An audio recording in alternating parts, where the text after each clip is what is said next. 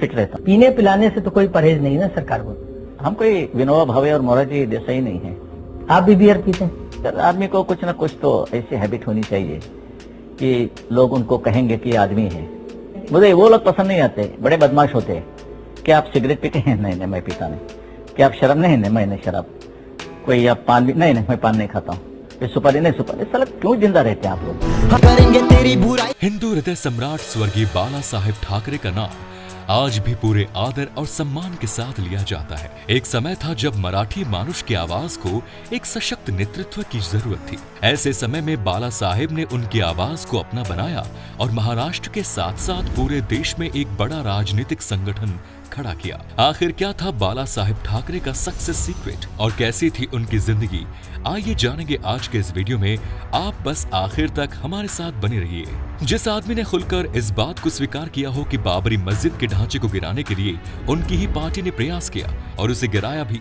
ये कोई शर्म की बात नहीं है। मैंने तो कहा दिया, साफ कह दिया। आप ये मानते हैं? ये बाबरी मस्जिद गिराने दी गई है। इसके नीचे हमारा जो टेम्पल था, मंदिर था राम का, वो हमने ऊपर लाया। जरा सोचे कि सत्ता में उसकी हनक का क्या असर रहा होगा, क्योंकि इस बड़े एक्सेप्टेंस के बाद भी सरकार ने ना तो इनके खिलाफ कोई कदम उठाया और ना ही इनकी पार्टी के खिलाफ। महाराष्ट्र के मुंबई में शिवसेना की नींव रखने वाले बाला साहेब ठाकरे आज भी अपने चाहने वालों के दिलों में वही अहमियत रखते हैं जो कभी पहले उनके जीवन काल में हुआ करती थी। बाला साहेब ठाकरे ने कभी कोई चुनाव नहीं लड़ा, लेकिन फिर भी उनको सुनने के लिए लोगों के मन में उत्सुकता बनी रहती थी। बाला साहेब ठाकरे जो भी बोलते थे बेबाकी से बोलते थे। देश के दुश्मनों के खिलाफ, भ्रष्टाचार के खिलाफ जब वो मुहिम छेड़ देते थे तो उसका असर भी जमीन पर नजर आता था। मुंबई हो या महाराष्ट्र, इन जगहों पर सरकार किसी भी पार्टी की हो, सिस्टम हमेशा बाला साहेब ठाकरे का रहा। वो अपने हिसाब से नेता, मंत्री, विधायक, सांसद के बनने में अहम रोल अदा किया करते थे। महाराष्ट्र में बाला साहेब ठाकरे जब तक रहे अपने आप में सरकार बने रही। मुंबई म्युनिसिपल कॉर्पोरेशन से उन्होंने अपने राजनीतिक जीवन की शुरुआत। बाला साहेब ठाकरे का महाराष्ट्र ही नहीं बल्कि देश की राजनीति में भी अच्छा खासा दखल था। कभी तो उन्होंने मी हिंदू का नारा दिया और पूरे की पूरे हिंदू संप्रदाय को अपने साथ लेकर चले, और कभी उन्होंने मराठी मानुष की बात को अपनी जुबान पर लाकर मी मुंबईकर का नारा दिया।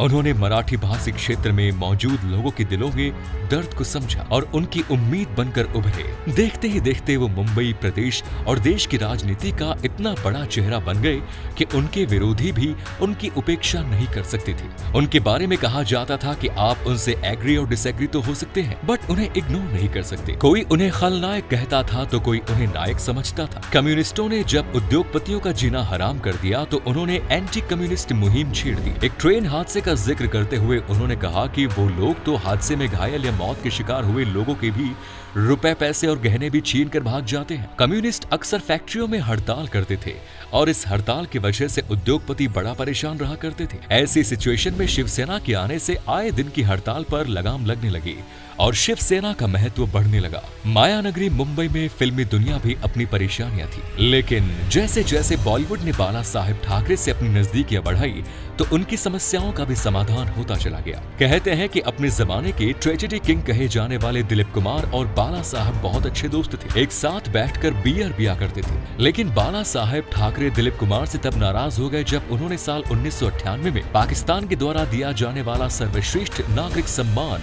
इम्तियाज निशान स्वीकार कर लिया। बॉलीवुड की बड़ी बड़ी फिल्मी हस्तियां बाला साहेब ठाकरे से नजदीकियां बनाती रहीं। समय समय पर इनके साथ उठने बैठने की खबरें आती रहीं। इनकी तस्वीरें भी सामने आई। सदी के महानायक अमिताभ बच्चन बाला साहेब ठाकरे से मिलने जाया करते थे, तो उनके बेटे अभिषेक बच्चन भी बाला साहेब ठाकरे का आशीर्वाद हासिल किया करते थे। बॉलीवुड के पहले शोमैन राज कपूर बाला साहेब ठाकरे से मिलने जाया करते थे, तो उनकी चौथी पीढ़ी के कलाकार रणबीर कपूर भी बाला साहेब ठाकरे का आशीर्वाद लिया करते थे। बॉलीवुड में बाला साहेब ठाकरे के जीवन पर फिल्में भी बनी। बाला साहेब ठाकरे के जीवन पर बनी फिल्म सरकार की स्पेशल स्क्रीनिंग रखी गई। जिस फिल्म को उन्होंने खुद देखा और देखने के बाद जब उन्होंने फिल्म के रिलीज की परमिशन दी, उसके बाद वो फिल्म दुनिया के सामने आई। कुल मिलाकर हम कह सकते हैं कि बाला साहेब ठाकरे ने माया नगरी मुंबई में अपनी ऐसी धाक जमाई थी कि पेड़ों के पत्ते भी उनसे पूछकर हिला करते थे। लेकिन बाला साहेब ठाकरे की इतनी बड़ी इमेज कब और कैसे बनी और उन्होंने शुरुआत कहाँ की, ये फैक्ट बड़े ही इंटरेस्टिंग है। बाला साहेब ठाकरे का जन्म 23 जनवरी साल 1926 में पुणे में हुआ। उनके पिता प्रबोधन केशव सीताराम ठाकरे के बाला साहेब के अलावा 9 बच्चे थे। अपने सभी भाई बहनों में बाला साहब ठाकरे सबसे बड़े थे। बचपन से एक कार्टून बनाने में इनकी अच्छी खासी रुचि थी और उनके इसी इंटरेस्ट को उनके पिता प्रबोधन ठाकरे ने नोटिस किया और फिर उन्हें इस काम के लिए इंकरेज भी किया। उन्होंने अपने बेटे को ब्रश ला कर दे दिया। केवल 21 साल की उम्र में बाला साहेब ठाकरे की शादी सरला वैद्य से हो गई, जो बाद में पूरी दुनिया में मीना ताई ठाकरे के नाम से जानी जाने लगी। अपना घर परिवार चलाने के लिए उन्होंने अंग्रेजी मैगजीन में कार्टून बनाना शुरू किया और जिंदगी की गाड़ी अपने पटरी पर चलने लगी। साल 1960 के दौर में मुंबई और महाराष्ट्र में मराठी मानुष के भीतर असंतोष पनपने लगा और इसका कारण था दक्षिण भारत से आने वाले लोग। दक्षिण भारत से आने वाले लोग यहाँ के ज्यादातर सरकारी पदों पर मौजूद रहते थे, वही नौकरियां करते थे। ये कह सकते हैं कि सरकारी अधिकारी बनकर वो इन लोगों पर रूल किया करते थे। इस बात से मराठी लोग नाराज रहने लगे। सबसे अच्छा और पॉपुलर नेता वही होता है जो समय और बदलते समाज को देखते हुए पब्लिक के सेंटिमेंट को पकड़ ले और उसे इस्तेमाल करे। बाला साहब ठाकरे भी इस बात को समझ चुके थे कि मराठी मानुष के भीतर नाराजगी का कारण क्या है। उन्होंने इस बात को आगे बढ़ाया कि महाराष्ट्र में सबसे पहला अधिकार यहाँ रहने वाले लोगों का है। मराठी युवाओं के बीच बाला साहेब ठाकरे की ये मुहिम रंग लाने लगी और उन्हें लोगों का समर्थन मिलने लगा। लेकिन इस समर्थन में सबसे ज्यादा बढ़ोतरी तब देखी गई जब साल 1963 में बाला साहब ठाकरे ने मराठी मानुष के मन की पीड़ा पर बेस्ड एक मैगजीन मार्मिक की शुरुआत की और इसके माध्यम से लोगों के घरों तक पहुंचना शुरू किया। इस मैगजीन में वो मराठियों के ऊपर हो रहे अत्याचार और उनकी दशा दुर्दशा को सबके सामने रखते थे। देखते ही देखते ये मैगजीन लोगों के सेंटिमेंट को रखने का बेहतरीन प्लेटफॉर्म बन गई। जब मराठी लोगों को ये लगा कि कोई है जो उनकी आवाज को उठा रहा है, तब बाला साहब ठाकरे को लोगों ने सीरियसली लेना शुरू किया और उन्हें लोगों का समर्थन मिलने लगा। ठाकरे के दफ्तर पर लोगों की भीड़ लगने लगी। लेकिन इसके बाद आया एक टर्निंग पॉइंट जब बाला साहब ठाकरे को उनके पिता प्रबोधन सीताराम ठाकरे ने एक सलाह दी। उन्होंने कहा कि लोगों के हक और अधिकार की लड़ाई इस तरह नहीं लड़ी जाती। वो बाला साहब को समझाना चाहते थे कि लोगों को वो अपनी मैगजीन के साथ जोड़े और इसके साथ ही एक ऐसा संगठन तैयार करे जो लोगों के हक और अधिकार के लिए लगातार आवाज उठाता रहे। बस फिर क्या था, छत्रपति शिवाजी महाराज की तरह बाला साहब ठाकरे ने भी अपनी एक सेना तैयार की और उसे नाम दिया शिवसेना। महाराष्ट्र में मराठियों के विकास का संकल्प लेकर शिवसेना के जरिए बाला साहब ठाकरे ने लोगों को अपना नेतृत्व दिया। बाला साहब ठाकरे के बोलने का अंदाज, लोगों की समस्याओं और पीड़ित और शहीदों का निडर होकर साथ देना और ऐसी बहुत सारी बातें थी जिन्होंने बाला साहेब ठाकरे को लोगों के हृदय में जगह दी और धीरे धीरे महाराष्ट्र की राजनीति में शिवसेना का कद बढ़ता चला गया। इसके बाद बाला साहब ठाकरे ने कभी पीछे मुड़कर नहीं देखा और न ही लोगों की समस्याओं को दूर करने में शिवसेना कभी पीछे रही। बाला साहब ठाकरे सच में साथ खड़े रहते थे और इस सिचुएशन में दुनिया की कोई ताकत नहीं झुका सकती थी। वो अपने विरोधियों पर पूरी ताकत से हमला करते थे। उन्होंने हिंदुत्व के मुद्दे को आगे रखते हुए वामपंथियों को जड़ से उखाड़ फेंकने के लिए प्रजा सोशलिस्ट पार्टी के साथ गठबंधन किया और जरूरत पड़ने पर कांग्रेस के साथ भी खड़े रहे। इसके बाद बाला साहब ठाकरे की ताकत को देश ने भी स्वीकार किया।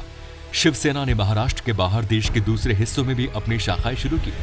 इसके बाद शिवसेना में राज ठाकरे का दौर आया। वो बाला साहब ठाकरे के भतीजे थे। राज ठाकरे को शिवसेना की यूथ विंग शिवसेना विद्यार्थी परिषद का अध्यक्ष बनाया गया। साल 1989 में बाला साहेब ठाकरे ने शिवसेना के मुखपत्र सामना को शुरू किया। हिंदुत्व के मुद्दे पर बाला साहेब ठाकरे ने बीजेपी का साथ दिया और राम मंदिर के मामले में पूरी तरह से इन्वॉल्व हो गए। साल 1995 में महाराष्ट्र में भारतीय जनता पार्टी और शिवसेना की साझा सरकार बनी। बीजेपी भी हिंदुत्व के मुद्दे को लेकर आगे बढ़ रही थी और दोनों पार्टियां हिंदुत्व के मुद्दे पर एक समान विचारधारा रखती थी। धीरे धीरे शिवसेना में राज ठाकरे का कद बढ़ने लगा। वो अपने आप को शिवसेना का उत्तराधिकारी समझने लगा। तब बाला साहेब ठाकरे के बेटे उद्धव ठाकरे को लगा कि राज ठाकरे उनके लिए चुनौती बनते जा रहे हैं। यह स्ट्रगल चलता रहा। साल 2003 में फाइनली उद्धव ठाकरे को शिवसेना का कार्यकारी अध्यक्ष बना दिया गया। पार्टी में अपने इग्नोरेंस ने राज ठाकरे को एक कठोर डिसीजन लेने पर मजबूर किया। उन्होंने साल 2005 में न केवल शिवसेना छोड़ी बल्कि साल 2006 में महाराष्ट्र नवनिर्माण सेना के नाम से एक नई पार्टी का गठन किया। हालांकि इस घटनाक्रम से बाला साहब ठाकरे काफी दुखी हुए क्योंकि वो चाहते थे कि ये दोनों भाई शिवसेना में ही रहकर एक साथ काम करें, लेकिन ऐसा नहीं हो सका। 17 नवंबर 2012 को बाला साहब ठाकरे इस दुनिया को अलविदा कह गए। और अपने पीछे छोड़ गए एक ऐसे इंस्पिरेशन से भरी कहानी जो शिवसेना के साथ आपको और हमको हमेशा कुछ न कुछ सिखाती रहेगी। तो दोस्तों आज की वीडियो में यहीं तक। अपनी राय कमेंट्स में जरूर दीजिए। फिर मिलेंगे नई वीडियो में। जय हिंद, जय भारत।